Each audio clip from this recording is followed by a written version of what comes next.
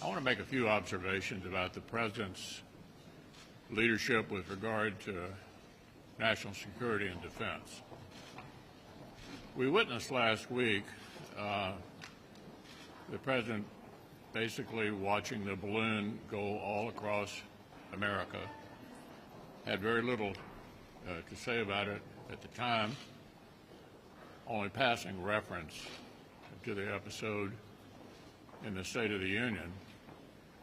And if you look beyond to the way the President deals with defense and foreign policy, you saw that it was de-emphasized in the State of the Union.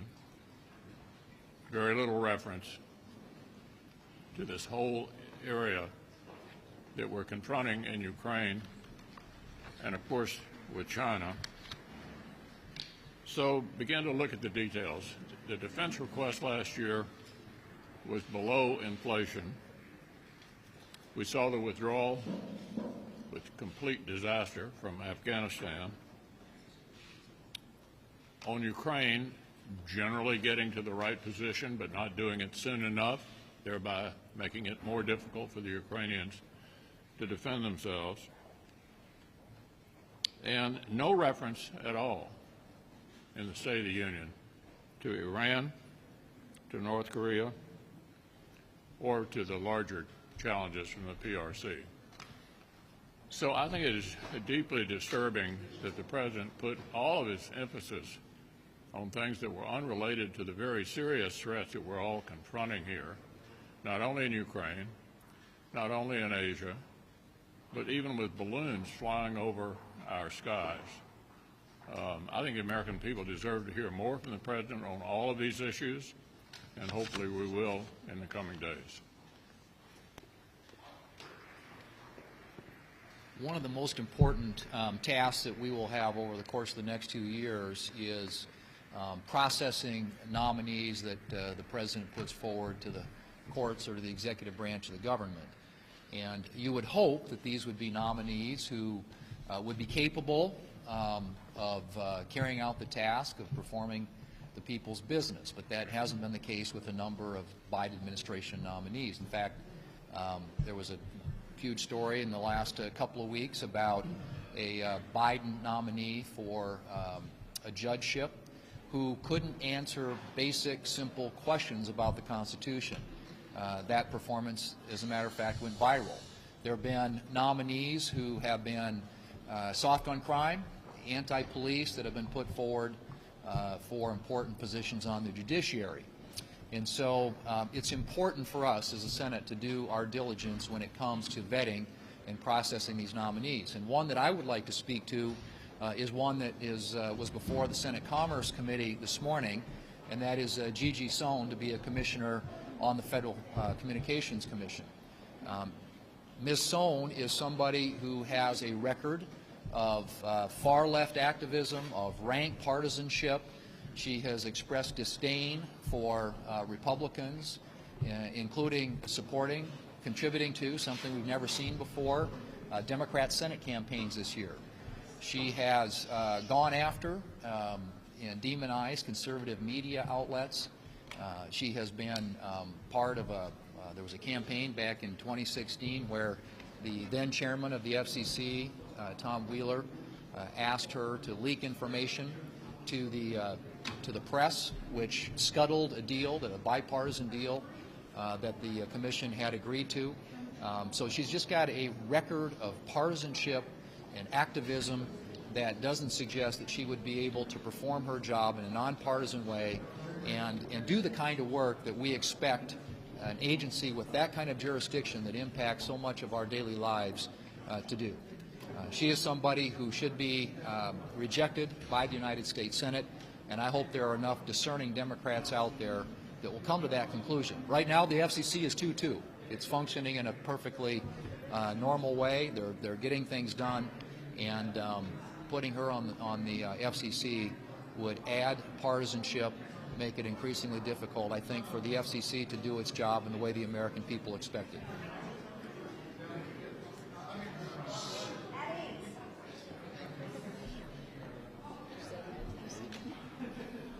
Well, we've had a number of classified briefings related to the Chinese spy balloon and other balloons. And each time the administration tends to want to pat itself on the back for the job that they've done.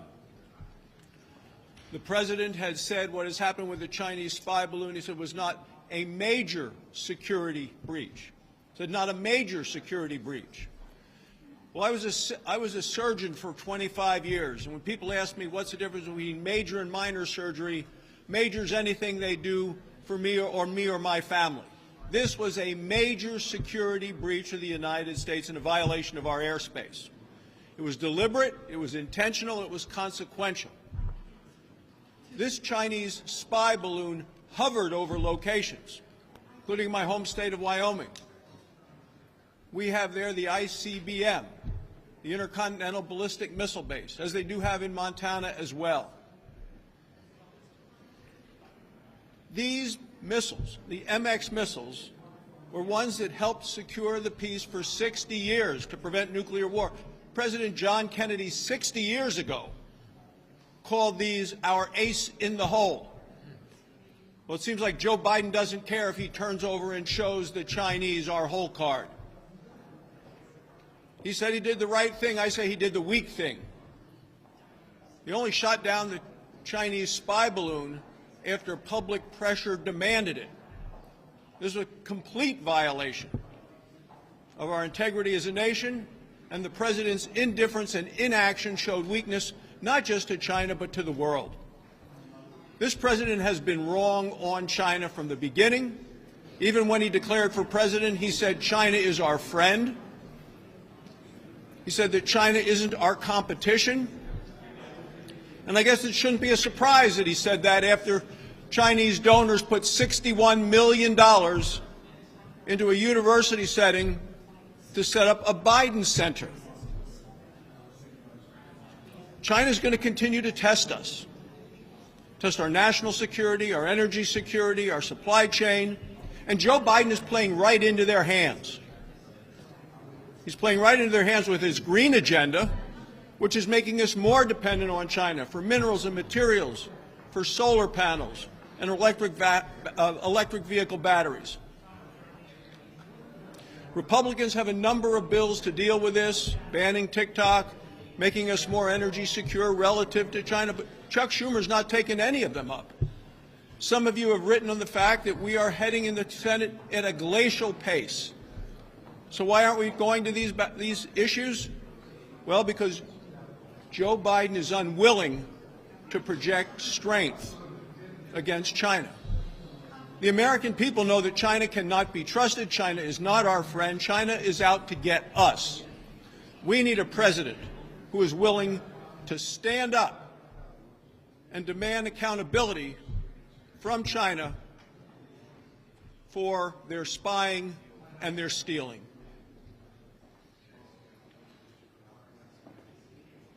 Just a little over a week ago, I led a bicameral congressional delegation to the port of entry at San Diego as well as to Mexico City to address the issue of fentanyl in the United States.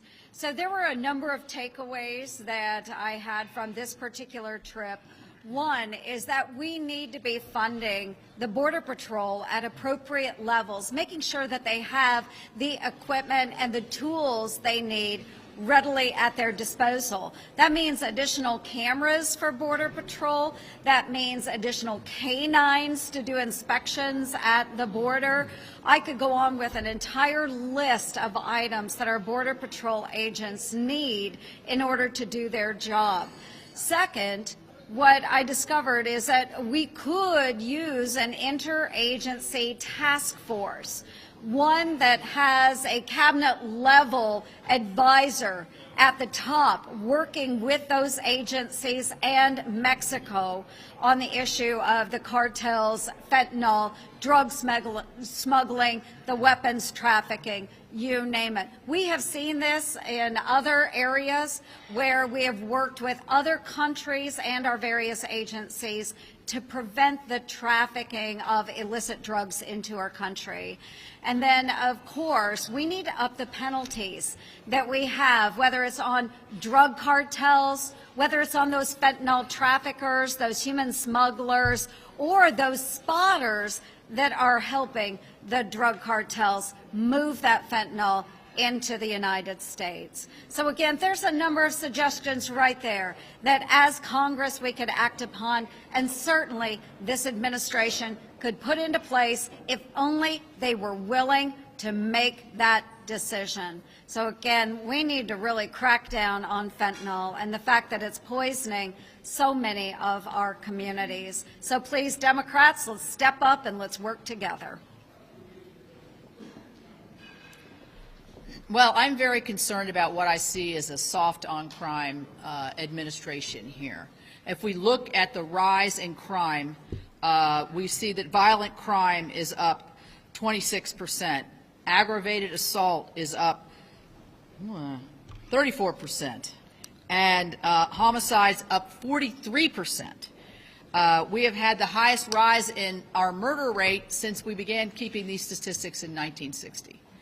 And this is deeply troubling to everyone across this country because it's occurring everywhere.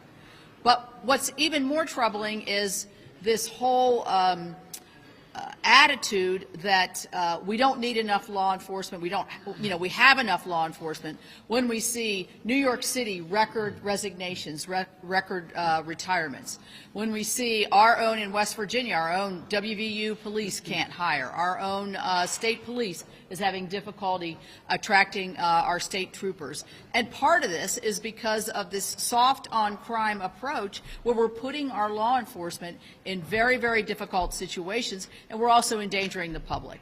We see here in Washington, D.C., where the D.C. City Council has moved forward to put into policy a soft on crime agenda, which is lessening the penalties for carjacking and other very violent crimes. And what does that say to our traveling public that's going to be coming up to this beautiful city, that you're not going to be as safe here as you would like to be, as young families are going to be coming through spring break and in through the summer? And so I would say that we need to focus on this issue, and that's what our colleague Bill Hagerty is going to be doing next after we get back from the break with a resolution of disapproval on the D.C. Council's decision.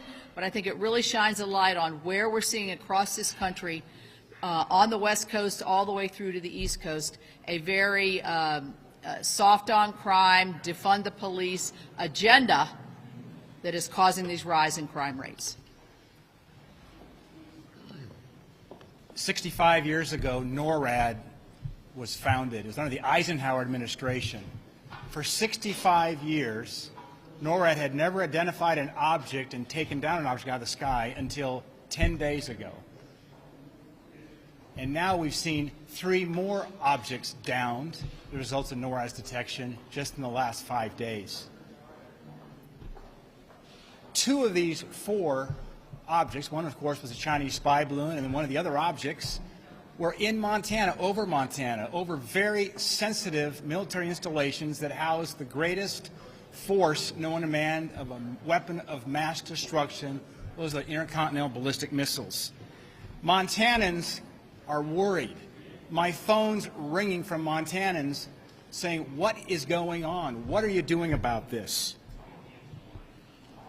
We probably would not have known about that Chinese spy balloon had it not been for a photojournalist in Billings, Montana, Larry Mayer, who works for the Billings Gazette, and one of his buddies saw that orb up in the sky because they had closed the Billings airport. Larry Mayer is a Cessna 180 pilot. He looked on FlightAware and saw that there was military aircraft performing tactical maneuvers. He took his big telephoto lens and got that picture and posted it on the Billings Gazette. The AP stringer picked it up, and that is what exposed the Chinese spy balloon to the American people. The White House was quiet up until that point, and in fact they've been much too quiet. The indecision of the White House, the weakness displayed, is a great concern to myself and many Americans. It seems as if the White House thought this Chinese spy balloon was on some kind of concert tour going coast to coast. Perhaps they'd have T-shirts talking about where it's stopping next. It's time for the president to step up. We tell our kids, Homeland Security tells us this, see something, say something. The president needs to address the American people, and he doesn't have all the answers right now, but he should address the American people like Prime Minister Trudeau did yesterday.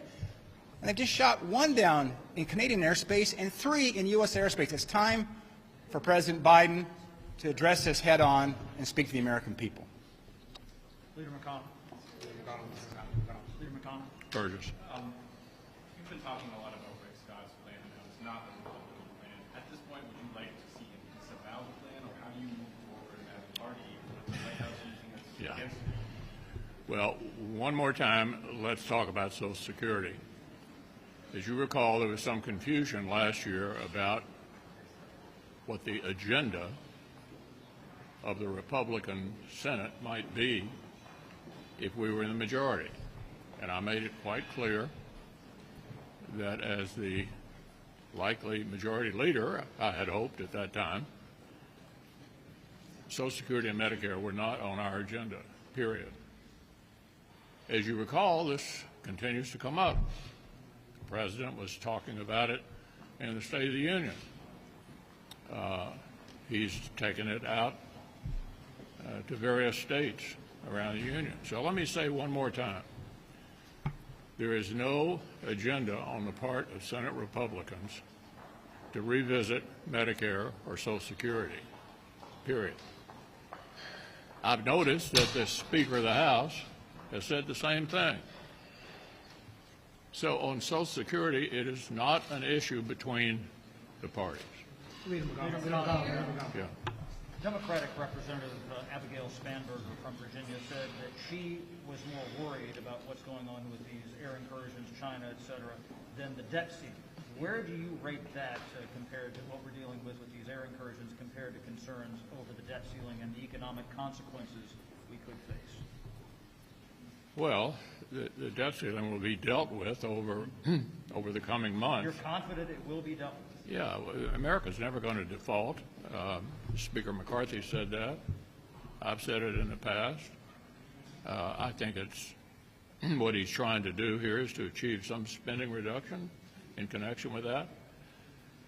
I was actually in a negotiation with the then vice president years ago in which we actually did that. So I wish him well. But I think the American people need to know there's not going to be a default. Not going to be a default. In light of Nikki Haley's decision to jump in to the race today, do you think that it's time for the party to find a fresh face and move away from Donald Trump? Well, what I think we're going to have is a vigorous primary with a number of candidates making their case, and the American people, those who are registered Republicans who are going to participate in these primaries, are going to decide who they want to nominate. And I think it's going to be very, very competitive in these primaries, and we'll hope for the best. And obviously, I'm going to support whoever the nominee ultimately is.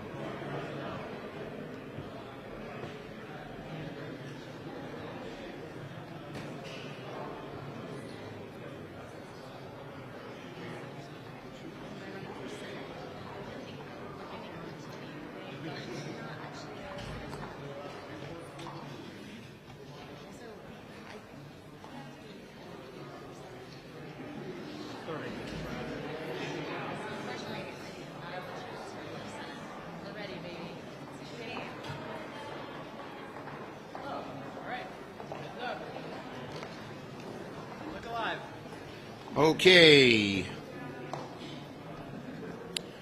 Let's see here. I don't know when I do this.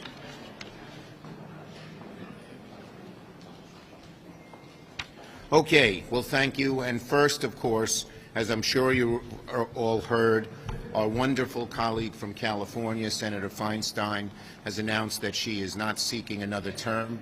We're all glad she's remaining with us in the Senate and will be fighting the fight for the next year and a half. Quiet. And she'll be fighting the fight with us for the next year and a half. But she's a legend in California as the first woman senator, a legend in this Senate. She was the leader on so many different issues: assault weapons, environment, women's rights, and so much else. She approached everything studiously and carefully, but she had passion that accompanied her detailed knowledge of the facts. And she was able to convince people on both sides of the aisle to go along with her on issue after issue after issue. I first got to know her when she carried the assault weapons bill in the Senate. I was a Congress member and carried it in the House, and the guidance she gave of how to get it through the House, the help she gave by lobbying various House members, was just incredible. So she's an amazing person.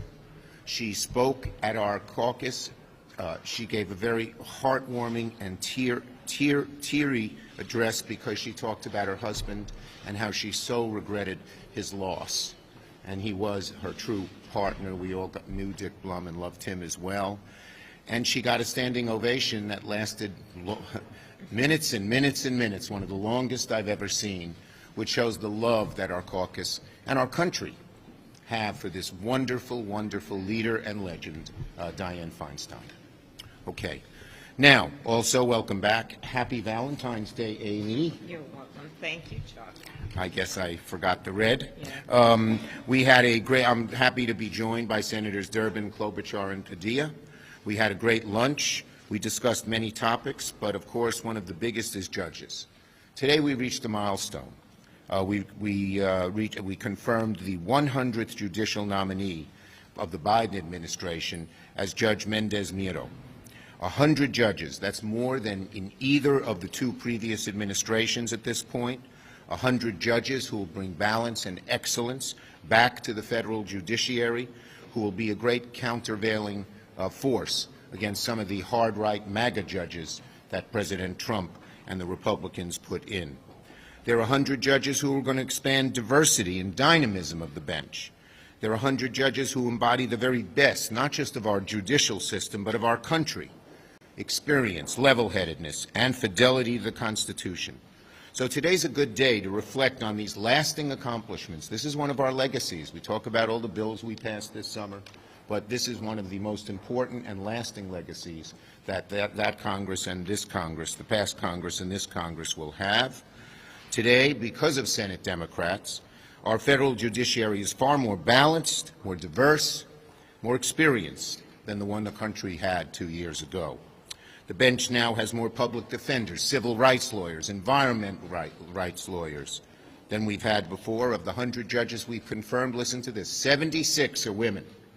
You say, well, why is more than a majority women? Because women had been left out for decades, and now we're restoring that. We're restoring that. Same thing with people of color. 68 are people of color, 33 black judges, 25 black women judges, 21 from Hispanic backgrounds. We are all so proud of all of that. We've also confirmed the first Muslim American and first Native American federal judge in history. You say, this is the first time? Yep, but it's there.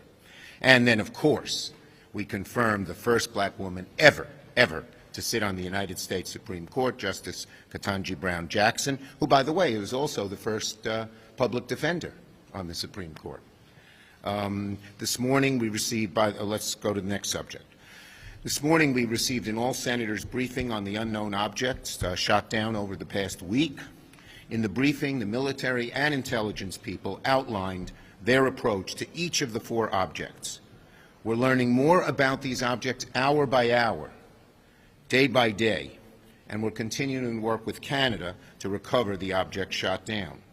What I can say after our briefing is that the defense and intelligence agencies are focused like a laser on gathering every piece of the information, analyzing that new information they have, and coming up with comprehensive actions that we have to take now and on into the future. So it was a very, very good briefing.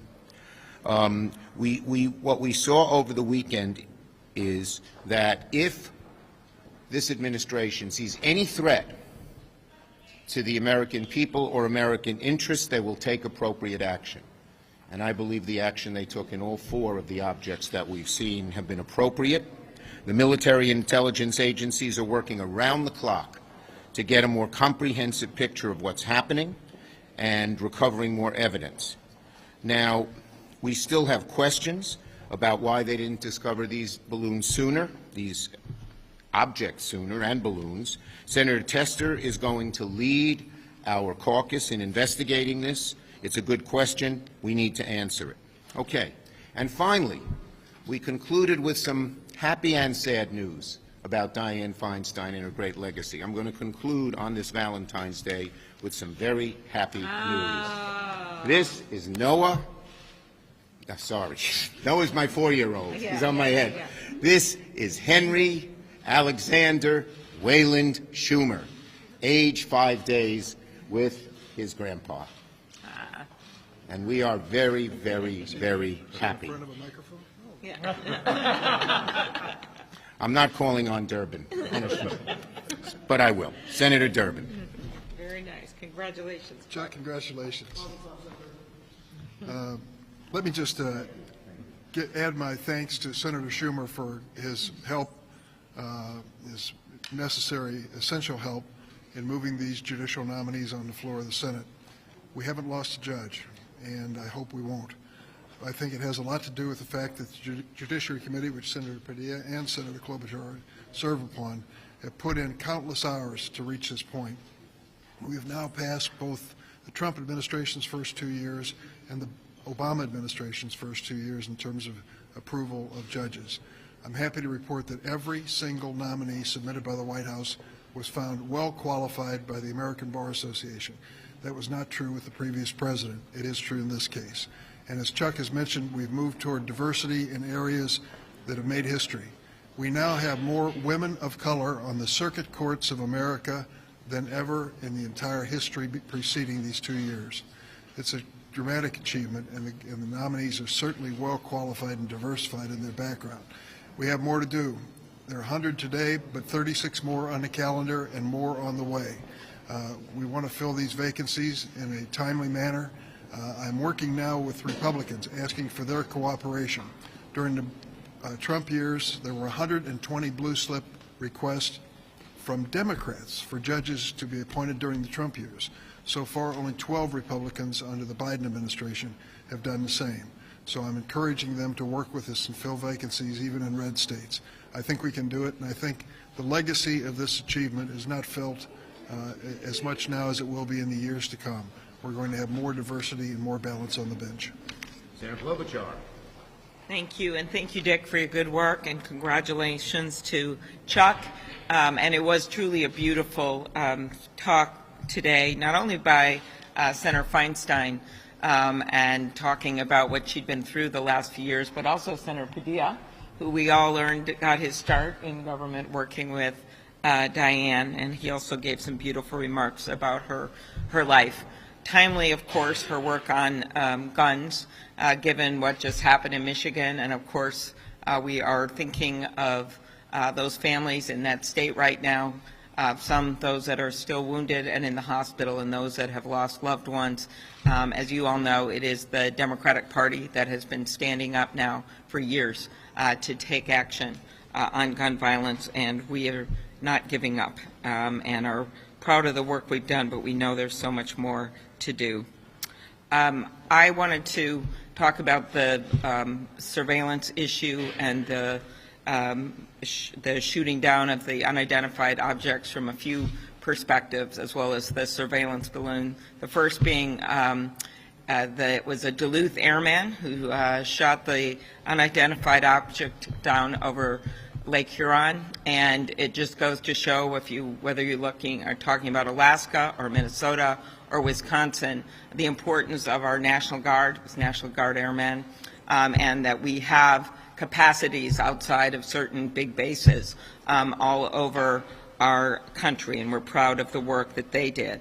But I think that the discussion about the original balloon and our approach and the investigation that Senator Tester is going to lead needs to also include the other work that's being done on China. And I first want to commend Senator Schumer for his leadership on the CHIPS bill. We are to the point, as you all know, that we're down to 12% of the semiconductor chips produced in America, and one of our big efforts is to increase our domestic production, so we are not dependent on other countries in the world as China moves into, potentially moves into this space. Another thing that our party stands for big time is standing up for the American workforce, because if we're going to compete internationally with China, and we need to have the best workers in the world, and what we need to do is give them the tools to do their jobs. That, to me, in this modern day means childcare, it means housing, it means the work that we're doing right now and that we would like to get done with the House of Representatives so that we can add more workers to our workforce. My state has the lowest unemployment rate in the country. We need more workers. Number one reason that people have left the workforce is that they don't have the childcare, and that's why you see so many chambers behind us on this issue. And so to me, when we look at our competition with China, we need to raise our standards when it comes to the number of people able to work, whether it's immigration reform, whether it's the work that must be done to make it easier for our workers to work. We shouldn't be shutting out the world's talent when it comes to American excellence. And so I think when we think about what's to come and the rhetoric that you might have heard from the Republicans, I think it's really important to focus on what agenda is putting us in a better place when we look at competing with China. Final thing is just our allies around the world and the importance of this administration building this incredible network of allies, waking it from its slumber as we deal with the war in Ukraine, and how important that's going to be for us, not just for security, but also for trade and our economic prowess as we go forward into the future when we have China threatening us economically. Thank you. Senator Padilla, who, as Amy mentioned, gave beautiful remarks about Senator Feinstein today in our lunch. Thank you, Leader Schumer. I've been asked to also speak about the great milestone we're achieving today with the confirmation of the 100th judge under the Biden administration. But before I do, I just wanted to take a moment to also acknowledge my colleague, the senior senator from California, and her announcement this afternoon. You know, it would be impossible to write the history of California politics. It'd be impossible to write the history of American politics without acknowledging the trailblazing career of Senator Dianne Feinstein. Now, trust me, as a proud Californian, California has been privileged to have been represented and served by Dianne Feinstein for so many years. I've been proud to work with her for many, many years and truly alongside her for the last two. From her leadership of the assault weapons ban that Leader Schumer referenced earlier, to her leadership of environmental protection, from the redwoods in California to Joshua Tree and so many communities in between, her advocacy for women's rights. It's just a sweet poetic justice that she was elected to the Senate in 1992, the year of the woman, alongside Senator Boxer from California at the time. Her championing of marriage equality. She's a former mayor of San Francisco, after all, and so much more. But I want to be clear, as she was clear with us in caucus, she's not done yet. We have more than a year and a half left. She has chosen not to run again, but she will serve out the remaining part of this term, and we have a lot of work to do. Now, on the topic of the milestone, we're celebrating for all Americans the 100th judge confirmed. It's, I believe, a fulfillment of a promise made by both President Biden at the outset of his administration, as well as this Democratic majority, to rebuild the federal judiciary in a way that better reflects the beautifully diverse country that it serves. To communities like mine and states like mine, that kind of representation not only matters, it is long overdue. Diversity of ideas, diversity of, yes, racial and social backgrounds, but also diversity of professional experience and life experience. Our historic work not only includes the confirmation of the first black woman to the United States Supreme Court, but the first former public defender to serve on the Supreme Court of the United States. And to give you a glimpse of what it's meant for California, the confirmation of Judge Sunshine Sykes, the first Native American federal judge in California, the confirmation of Judge Ana de Alba, the first Latina to serve on the Eastern District of California, and Judge Jinsuk Ota, the first AAPI woman to serve in the Southern District of California, and I can name more. The bottom line is, this is history making progress under the leadership of President Biden and under the leadership of Leader Schumer and Senate Democrats. But as we all know, there remain many, many more vacancies to fill, so we've got to keep up the momentum and continue this tremendous progress. Thank you very much. Thank you, Alex. Leader Schumer. I know you said you still have some questions about the flying objects. I think Americans have a lot of questions about the flying objects. Do you think the president should address the nation on this? Well, that'll be up to him.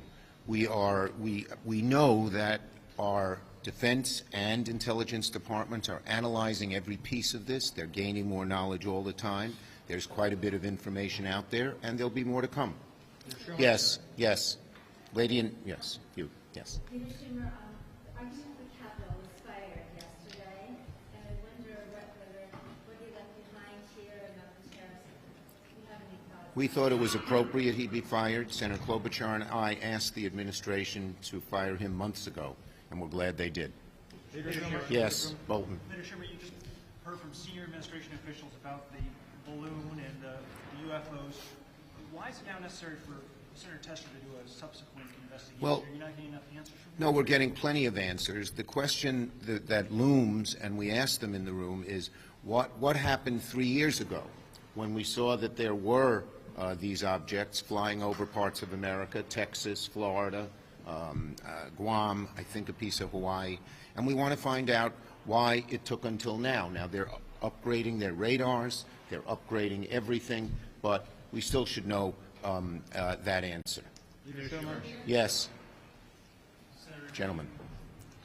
3 months since the midterms, has there been adequate self-reflection in New York from top Democratic leadership from the governor about what went wrong? Yeah, I believe that, the numbers are still just coming in, the exact numbers, AD by AD, district by district, and I believe the leaders of New York are going to sit down and try to figure out how we can do better next time. Yes, way in the back.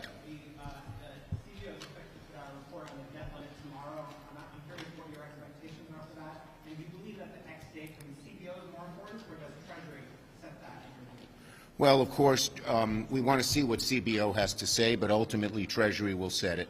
We're continuing to speak about how bad it would be to let the nation default, how it's not an abstract concept, it's going to affect every American family badly, and we're continuing, President Biden, Leader Jeffries, myself, our caucus, to talk to Leader McCarthy and say, show us your plan.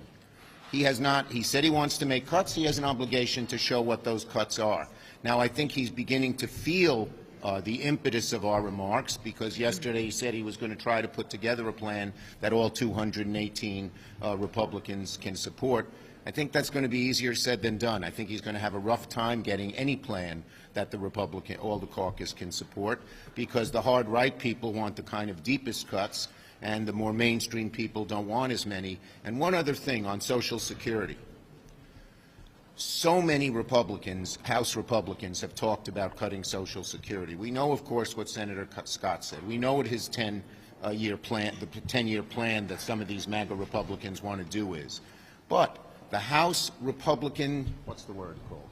The House Republican Study Committee which represents a majority of House members, called for three things: privatizing Social Security, cutting some of the benefits in Social Security, and raising the age. So there has been a Republican drumbeat to cut Social Security and Medicare, and we are going to fight this and fight this and fight this until it is dead, dead, dead. Thank you, everybody.